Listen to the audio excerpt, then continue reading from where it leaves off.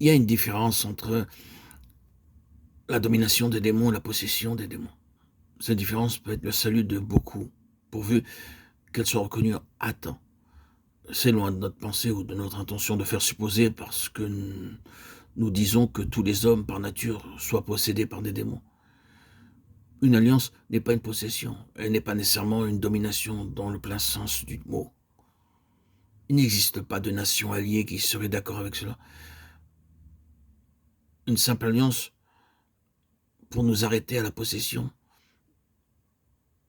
Il y a des personnes qui, parce que la force de leur vie d'âme s'affirme sous l'un ou l'autre de ces aspects, que ce soit dans l'ordre de la raison, de l'émotion, de la volonté, seront alors séduites et dominées par les forces spirituelles mauvaises.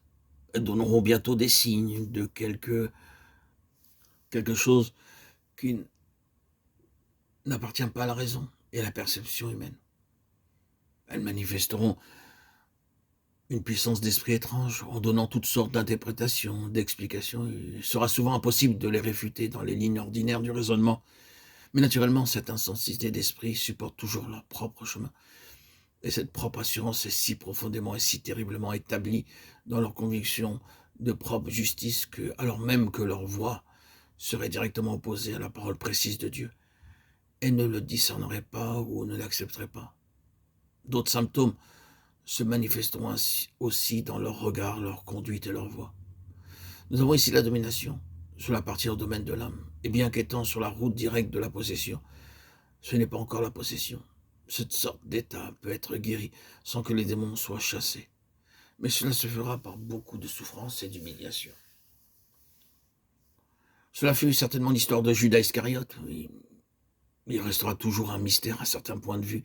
Mais nous savons qu'il fut amené à son acte par une course progressive. Il a premièrement permis à sa propre âme, à sa vie du moi, à son ego de le gouverner par l'avarice.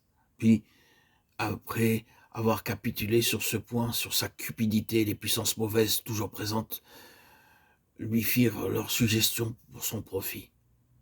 En jouant avec le feu, il fut dominé par ses forces et forma son plan pour finir. L'inévitable issue d'un tel chemin se poursuivant, Satan entra dans Judas. Luc 22, 3. Nous avons ici quelque chose de plus que l'âme. Un esprit mauvais peut s'allier à une âme, mais il peut posséder un esprit égal à égal. C'est la méchanceté spirituelle. Naturellement, les esprits mauvais peuvent habiter les corps, comme nous le voyons pour les pourceaux, Matthieu 8, 28, 34. Mais ce n'est pas dans le même domaine de choses que la possession spirituelle. L'incarnation de Satan dans une vie humaine est quelque chose de plus que le fait d'habiter dans le corps d'une bête. Il n'y a là aucune base spirituelle.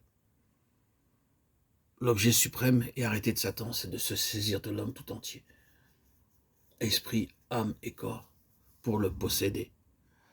Nous savons que les esprits mauvais désincarnés se révoltent contre leur état de nullité plus que contre toute autre chose.